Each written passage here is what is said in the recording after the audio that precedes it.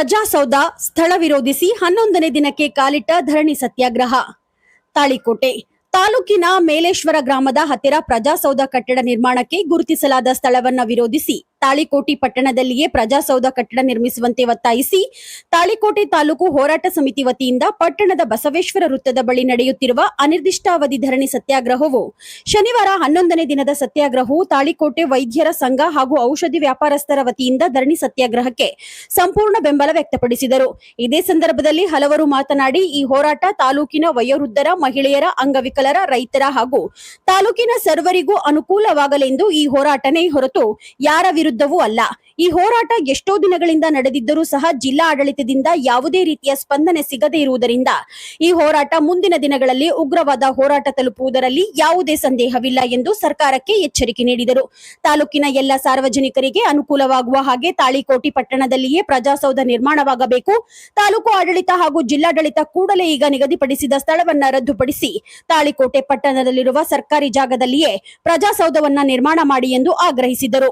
ಈ ಸಂದರ್ಭದಲ್ಲಿ ತಾಳಿಕೋಟೆ ವೈದ್ಯರ ಸಂಘ ಹಾಗೂ ಔಷಧಿ ವ್ಯಾಪಾರಸ್ಥರ ಸಂಘದ ಸರ್ವರು, ಹೋರಾಟ ಸಮಿತಿಯ ಸರ್ವ ಸದಸ್ಯರು ಉಪಸ್ಥಿತರಿದ್ದರು. ವರದಿ ಶ್ರೀಶೈಲ ಸಜ್ಜನ, ಎಂಟಿವಿ ನ್ಯೂಸ್ ಕನ್ನಡ, ನಮ್ಮ ನಡೆ ನ್ಯಾಯದ ಕಡೆ.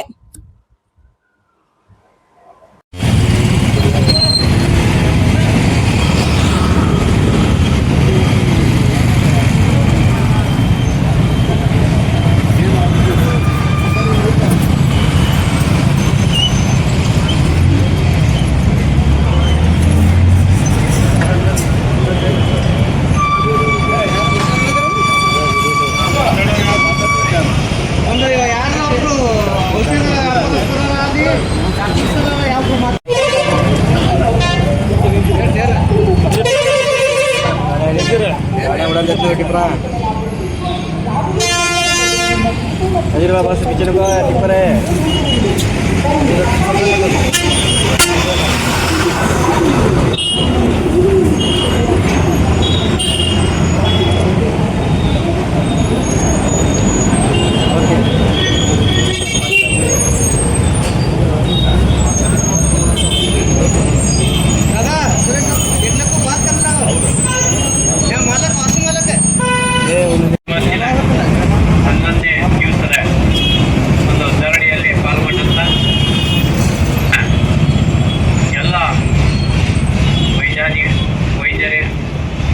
ಹಾಗೂ ಔಷಧ ಅಂಗಡಿಯ ಅಸೋಸಿಯೇಷನದ ಎಲ್ಲ ಅಧ್ಯಕ್ಷರೇ, ಪದಾಧಿಕಾರಿಗಳೇ, ಸರ್ವ ಸದಸ್ಯರೇ, ತಾಳಿಕೋಟೆಯಲ್ಲಿ ಇವತ್ತು ನಡೀತಾ ಇರುವಂಥ ಈ ಧರಣಿ ಸಮಸ್ತ ತಾಳಿಕೋಟೆಯ ಜನತೆ ಹಾಗೂ ಸುತ್ತಮುತ್ತಲಿನ ಗ್ರಾಮಸ್ಥರಿಗೆ ಒಂದು ಪ್ರಜಾಸೌಧ ಅನುಕೂಲ ಆಗಲಿ ಅನ್ನುವಂಥ ಏಕೈಕ ಒಂದು ಉದ್ದೇಶ ಮಾತ್ರ ಇದೆ. ಇದರಲ್ಲಿ ಯಾವುದೇ ವ್ಯಕ್ತಿಗತವಾಗಲಿ ಒಂದು ಪಕ್ಷಕ್ಕಾಗಲಿ ಯಾವುದೇ ನಮ್ಮ ವಿರೋಧವಿಲ್ಲ. ನಮ್ಮ ಉದ್ದೇಶ ಒಂದೇ, ನಮ್ಮದು ಆ ಮೈಲೇಶ್ವರನಲ್ಲಿ ಈಗಾಗಲೇ ಗುರುತಿಸಿದಂಥ ಏನು ಜಾಗ ಇದೆ ಅದು ಊರಿನಿಂದ 6-7 ಕಿಲೋಮೀಟರ್ ದೂರ ಇರೋದರಿಂದ ಎಲ್ಲ ಸಮಸ್ತ ನಾಗರಿಕರಿಗೆ ತೊಂದರೆ ಆಗ್ತದೆ.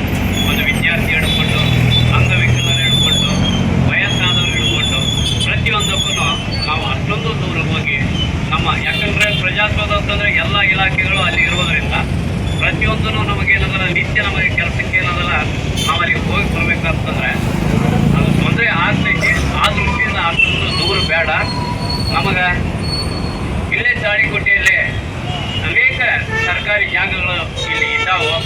ಒಂದು KEB ಆಗಿರ್ಬೋದು, IB ಆಗಿರ್ಬೋದು, ಪುರಸಭೆ ಇನ್ನೂ ಅನೇಕ ಜಾಗಗಳು ಇಲ್ಲೇ ಇದಾವೆ, ಸಾಕಷ್ಟು ಜಾಗಗಳಿದ್ದಾವೆ. ಈ ಜಾಗದಲ್ಲೇ ನಮಗೇನದಲ್ಲ ನಾವು ಮಾಡಿಕೊಡ್ಬೇಕು ಅನ್ನುವಂಥ ಒಂದು ಏಕೈಕ ಉದ್ದೇಶ ಈ ಹೋರಾಟಕ್ಕಿದೆ. ಈ ಹೋರಾಟಕ್ಕೆ ಸಮಸ್ತ ತಾಳಿಕೋಟೆ ಜನತೆ ಎಲ್ಲ ರೀತಿಯಿಂದ ಸಹಕಾರವನ್ನು ಕೊಟ್ಟಿದ್ದು ಭಾಳ ಸಂತೋಷ ಆಗಿದೆ. ಅದೇ ರೀತಿಯಿಂದ ಸರ್ವ ಜಾತಿಯರು, ಸರ್ವ ಧರ್ಮೀಯರು ಎಲ್ಲರೂ ಈ ಹೋರಾಟಕ್ಕೆ ಬೆಂಬಲವಾಗಿ ನೀಡಿದ್ದಾರೆ. ಸುತ್ತ ಹಳ್ಳಿ ಜನರು ಸಹ ಈ ಹೋರಾಟಕ್ಕೆ ಬೆಂಬಲವಾಗಿ ನೀಡಿದ್ದಾರೆ. ಈ ಧರಣಿ ನಾವು ಏನು ಒಂದು ಉದ್ದೇಶ ಇಟ್ಕೊಂಡು ಕೂತೀವಿ, ತಾಳಿಕೋಟೆಯಲ್ಲೇ ಆಗಬೇಕನ್ನೋದು ಅದು ಈಡೇರುವವರೆಗೂ ಈ ಧರಣಿ ಅನ್ನೋದಲ್ಲ ಇದು ಮುಂದುವರಿತದೆ. ದಯವಿಟ್ಟು ಇದಕ್ಕೆ ಸಂಬಂಧಪಟ್ಟ ಅಧಿಕಾರಿಗಳಾಗಲಿ, ಜನಪ್ರತಿನಿಧಿಗಳಾಗಲಿ ನಮಗೆ ಭರವಸೆ ಕೊಡಬೇಕು. ಇದೇ ತಾಳಿಕೋಟೆ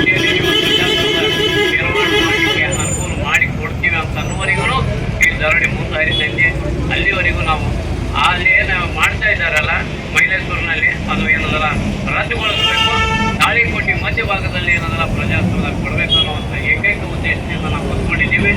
ಮುಂದೆ ಬರುವ ದಿನದಲ್ಲಿ ಮತ್ತೆ ಅದೊಂದು ಆಶ್ವಾಸನೆ ಕೊಡುವವರೆಗೂ ನಾವು ಏನದಲ್ಲ ಈ ಹೋರಾಟ ಮುಂದುವರಿಸ್ತೀವಿ. ತಾವುಗಳು ಎಲ್ಲ ರೀತಿಯಿಂದ ಈಗೇನು ನಮಗೆ ಬೆಂಬಲ ಕೊಟ್ಟಿರಿ, ಬರುವ ದಿನದಲ್ಲಿ ಯಾವುದೇ ರೀತಿಯಿಂದಾಗಲಿ ಸ್ವಲ್ಪ ಈ ಹೋರಾಟ ಪಡ್ಕೊತಾ ಇದ್ದರೆ ಅದಕ್ಕೆಲ್ಲರೂ ತಾವು ಏನದಲ್ಲ ತಾಳಿಕೋಟೆ ಜನತೆ ಮತ್ತು ಸುತ್ತಮುತ್ತಲ ಗ್ರಾಮಸ್ಥರು ಸಹಕಾರ ಕೊಡಬೇಕಂತೇಳಿ ಈ ತಾಳಿಕೋಟೆ ಹೋರಾಟ ಸಮಿತಿಯ ಪರವಾಗಿ ತಮ್ಮಲ್ಲಿ ಹೃತ್ಪೂರ್ವಕವಾಗಿ ನಾನು ಕೇಳ್ಕೊಳ್ತಾ ಇದ್ದೀನಿ. 10 ದಿನದ ಏನು ಈ ಧರಣಿ ಸತ್ಯಾಗ್ರಹ ನಡೆಸ್ಯಾರ, ಅದಕ್ಕೆ ನಾವು ಔಷಧ ವ್ಯಾಪಾರಸ್ಥರು ಮತ್ತು ತಾಳಿಕೋಟೆಯ ಡಾಕ್ಟರ್ ಅಸೋಸಿಯೇಷನ್, ಆಮೇಲೆ ಲ್ಯಾಬ್ ಟೆಕ್ನಿಷಿಯನ್ ಎಲ್ಲರೂ ನಾವು ಇವರಿಗೆ ತಾಳಿಕೋಟೆ ಸೀಮೆಯಲ್ಲಿ ಅಂದರೆ ತಾಳಿಕೋಟೆ ಲಿಮಿಟೇಷನ್ ಅಂದರೆ ಇನ್ನಿತರ ಜಾಗಗಳಲ್ಲಿ ಇದು ಮಿನಿ ವಿಧಾನಸಭಾ ಆದ ಕೂಡ ನಾವೆಲ್ಲರೂ ಬೆಂಬಲ ಕೊಟ್ಟಿವಿ. ಅದಕ್ಕೆ ಪರಿಶೀಲಿಸಿ ಇದನ್ನು ಮಾಡಬೇಕಂತ.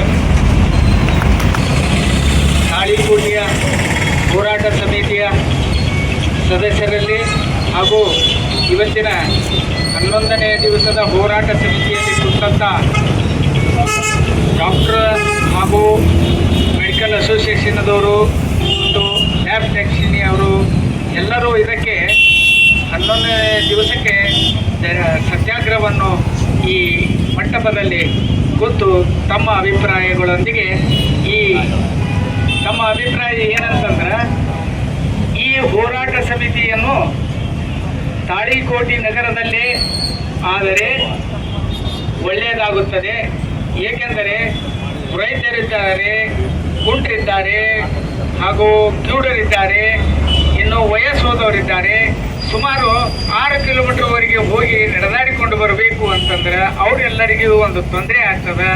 ಅದರ ಸಲುವಾಗಿ ಯಾವತ್ತೂ ಇಲ್ಲಿ ಸಾರ್ವಜನಿಕರು ಕುಂತು ಅದರ ಬಗ್ಗೆ ವಿಚಾರ ಮಾಡಿಕೊಂಡು ಈ ಒಂದು ನಿರ್ಧಾರಕ್ಕೆ ಬಂದದ್ದಕ್ಕೆ ನಮ್ಮ ತಾಳಿಕೋಟೆಯಾದ ಒಂದು ಹೋರಾಟ ಸಮಿತಿಯವರಿಗೆ ನನ್ನ ವೈಯಕ್ತಿಕವಾಗಿ ಹಾಗೂ ಈ ತಾಳಿಕೋಟೆ ಸುತ್ತಮುತ್ತಲಿನ ಎಲ್ಲ ಗ್ರಾಮಸ್ಥರ ಕಡೆಯಿಂದ ಅವರಿಗೆ ಈ ಧರಣಿ ಸತ್ಯಾಗ್ರಹ ಒಂದು ಕಾರ್ಯಕ್ರಮಕ್ಕೆ ಒಂದು ಸಹಾಯವನ್ನು ಮಾಡಿ ಅವರಿಗೂ ನಾವು ಪ್ರೋತ್ಸಾಹ ನೀಡುತ್ತೇನೆ ಅಂತ ನಾನು ಇವತ್ತಿನ ದಿನದಲ್ಲಿ ಹೇಳ ಬಯಸುತ್ತೇನೆ.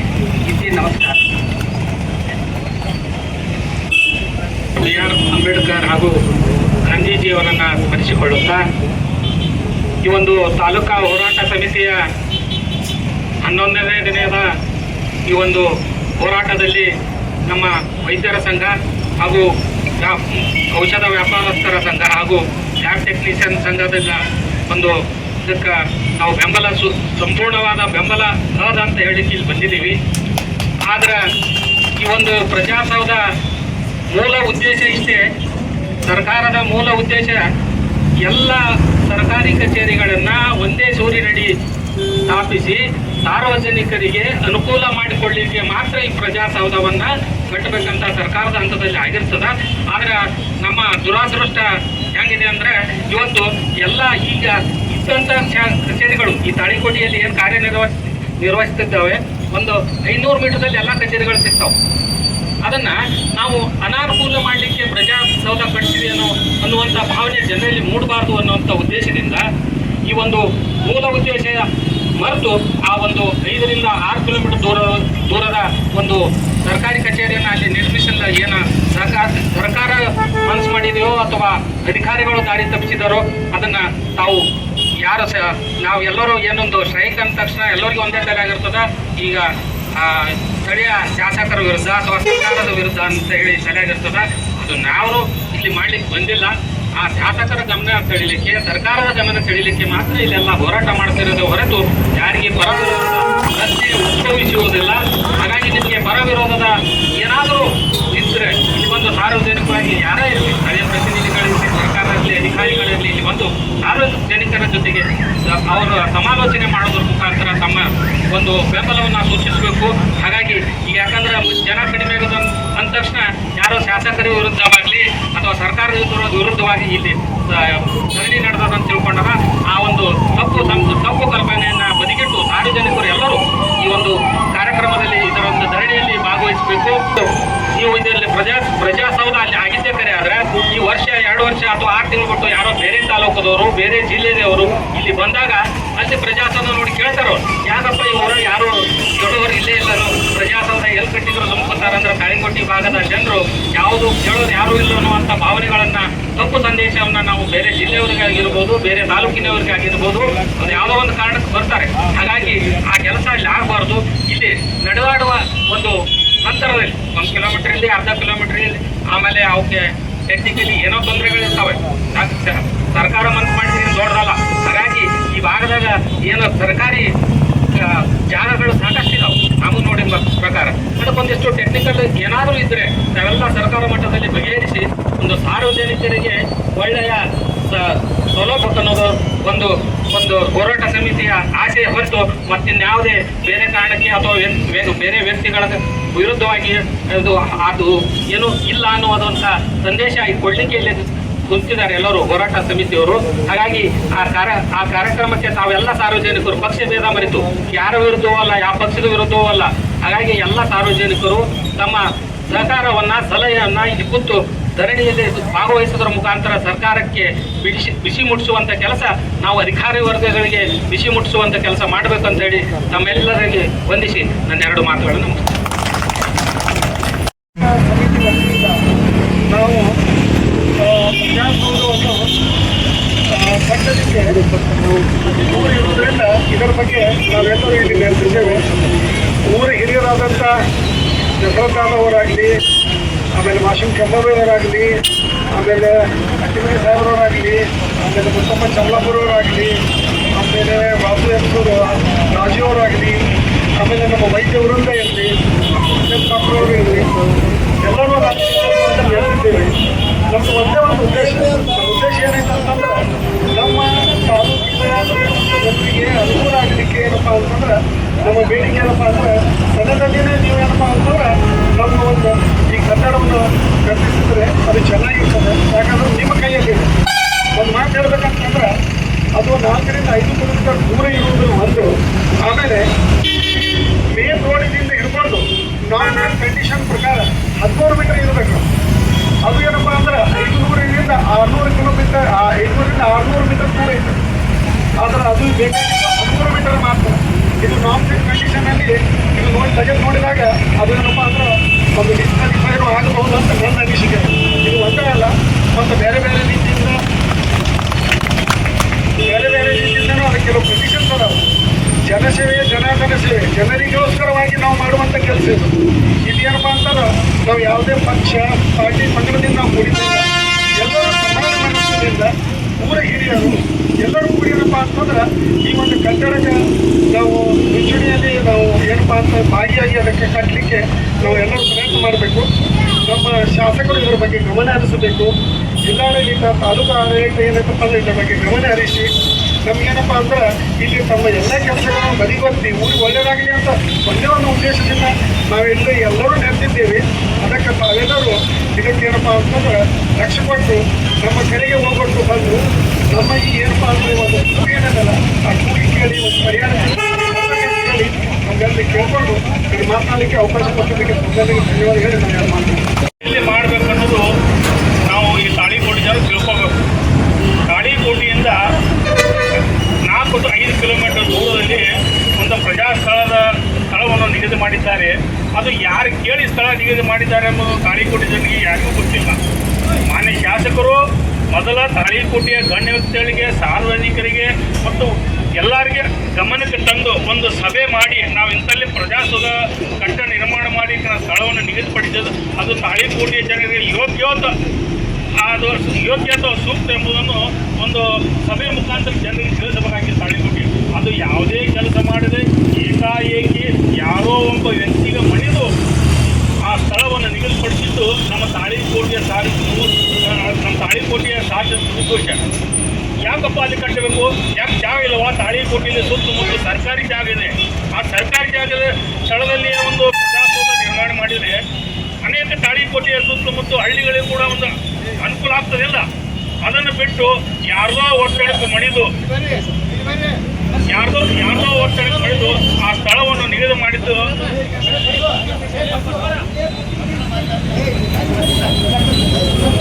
ಹೊಂದಿದ್ದು ನಮ್ಮ ವೈಯಕ್ತಿಕ ಉದ್ದೇಶಕ್ಕಾಗಿ ನಮ್ಮ ಲಾಭಕ್ಕಲ್ಲ. ಇದು ಮೊದಲು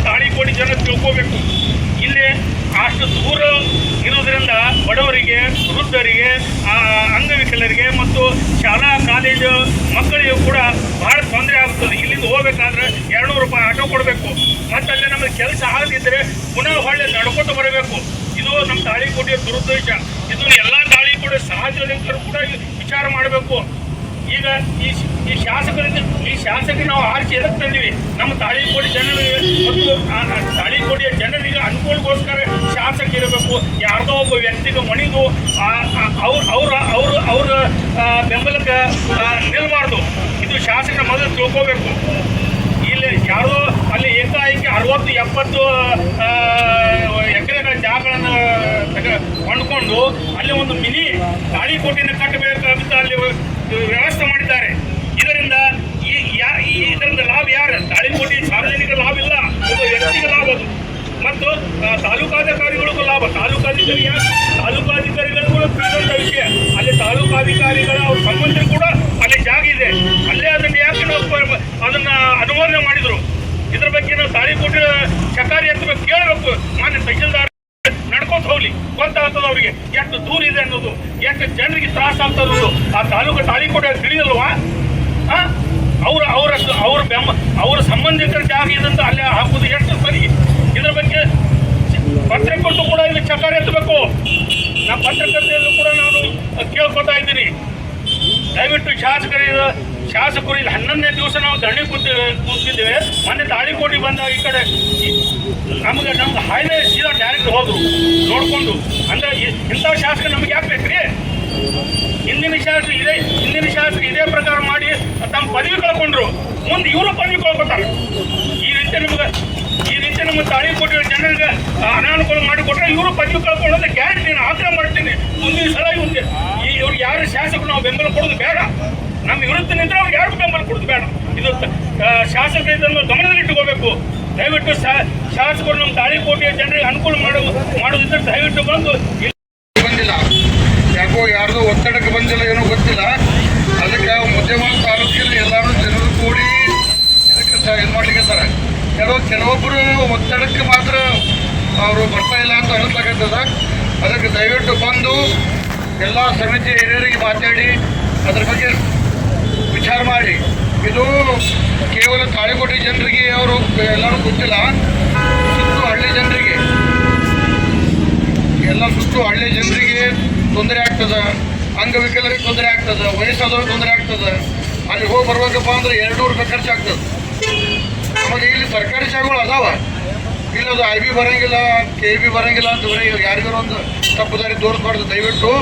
ಅದಕ್ಕೆ ಇವರು ನಮ್ಮ ತಾಲೂಕಿನ MLA ಅವರಾದಂಥ ಅಪ್ಪಾಜಿ ನಾಡಗೌಡರು ಅದಕ್ಕೆ ದಯವಿಟ್ಟು ಅದು ಮನಸ್ಸು ಮಾಡಿ ಎಲ್ಲ ಹಿರಿಯರ ಜೊತೆ ಚರ್ಚೆ ಮಾಡಿ ದಾರಿಗಳು ಭಾಳ ಅದಾವೆ ತೆಗೆದು ಮಾಡಲಿಕ್ಕೆ.